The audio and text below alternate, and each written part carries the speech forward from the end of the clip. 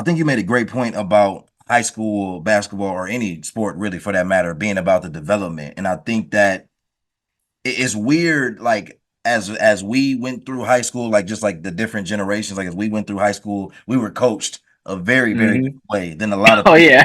than Oh a lot yeah, of for people sure. would like for their children to be coached now. And I think there's a line because it's like because then you start getting into a conversation about generations being, soft and stuff like that. And I don't think it has Yeah. to get that deep, but there is a difference where I don't think that like we were coached wrong.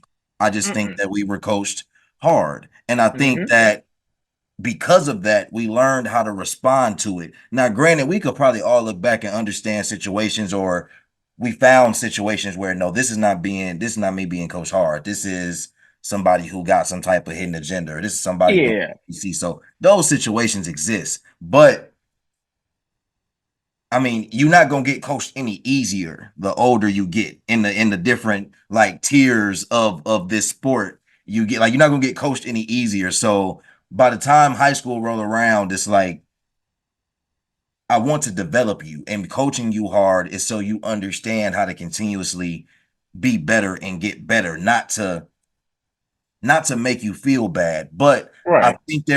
I think people get confused with the idea of being broken down to be built up because some people just don't believe that like it has to happen that way. And it doesn't. Hmm.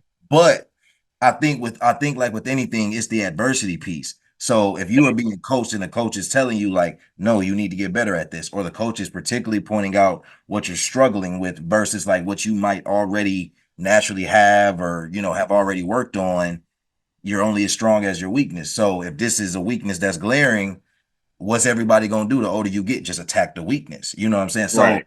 I think the development part is so key. And I could imagine that as a coach, that probably has to be the foundation, of anything is wanting to develop your players, develop a program, develop a routine and regimen for that in general that can apply to people that want to buy in. So yeah, but Yeah, and yeah, go ahead. My bad. Go ahead. but no, it's crazy because I feel like just even like the AAU scenario now, I feel like a lot of kids they don't care about development. Like it ain't Nah, about development no more. It's about trying to win and AAU coach trying to get some money in their pocket. Like that's yeah, really like, and it's crazy because that's hurting the kids though. Like, cause that's the most important part is their development. Cause I remember high school, my dad always said, like college, like when you get to college, that's a business. Like the head coaches, they feed their families by winning. If they facts. losing, they ain't feeding their family. So they ain't gonna put you on their team if you ain't gonna help them win. So like that's what high school kids don't understand. Like they see stuff on TV, but it's a lot more than what's just on TV. Like this is their livelihood. This is how they provide for their family. If you ain't helping that, they will give you a bus ticket, ship you back home, and find somebody else that will do that. For You real. know, like they ain't no joke. No, and that's that's not a and lie. It and gets real, bro. Because like you said, like yeah.